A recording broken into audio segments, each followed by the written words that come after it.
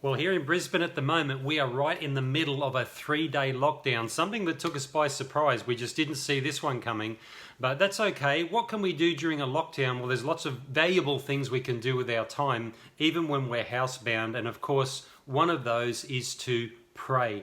And then within that bigger circle of prayer, that fantastic ministry of prayer, that great exercise in the Christian life where we talk to God, within that there is this department of prayer we could call intercession.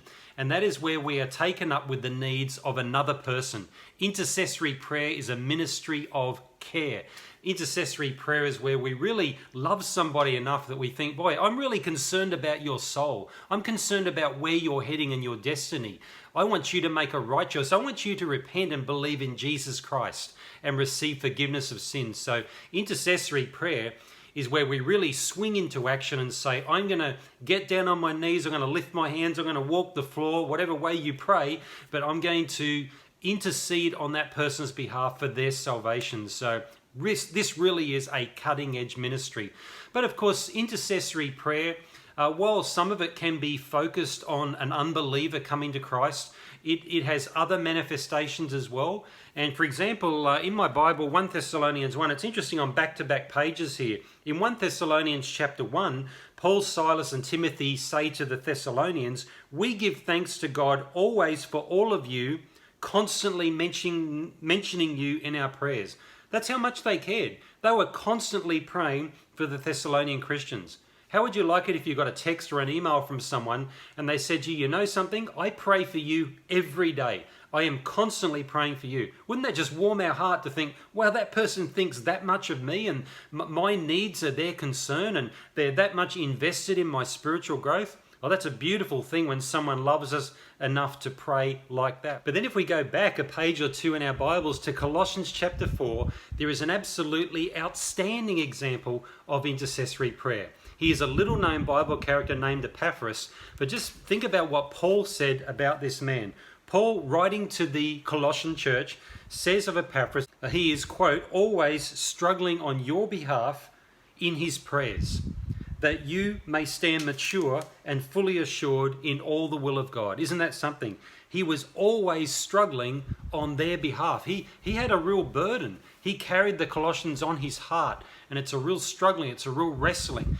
He cared for their spiritual well-being. So, yeah, that's just a great example of intercession. Of course, Jesus, that great example as well, where he prayed for Peter that Peter's faith would not fail. We have great examples in the Old Testament with Moses interceding for Israel, Samuel interceding for Israel, other great intercessory prayers. So it really is a ministry. And the interesting thing is that if we look at the list of spiritual gifts in various New Testament passages, there are around 20 spiritual gifts that are named, but intercessory prayer is not listed.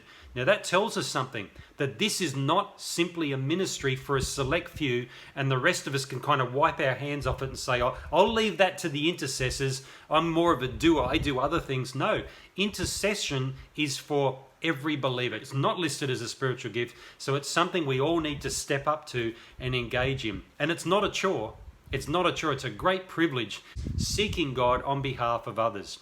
Have you read any good books that hone in on this area? There are many good books around that just generally books about prayer, but then within them information about intercession. So With Christ in the School of Prayer by Andrew Murray, that's a real classic. That really is. I'd encourage every Christian to read that one.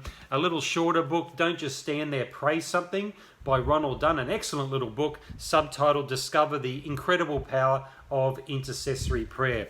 Mighty Prevailing Prayer by Wesley Jewell. That is a great book. If I could only have one book on prayer, I'd be seriously considering just hanging on to that one. That covers a lot and it's inspiring. The Kneeling Christian, no one knows who wrote it. The author is anonymous, but it's a classic, The Kneeling Christian. Dick Eastman of Every Home for Christ has written some good books on prayer, and you can get a 3-in-1 volume by him. And then if you want to read some inspiring stories of intercessors, Rees Howells, Intercessor. Oh, that's a great read. That's inspiring. And of course, Praying Hyde, probably not a real well-known book among many Christians, but he was a missionary to Pakistan about 120 or so years ago, and he learned to get down on his knees and win battles through prayer. So that's an inspiring story too. May God encourage us. May God move us into this great ministry of intercessory prayer.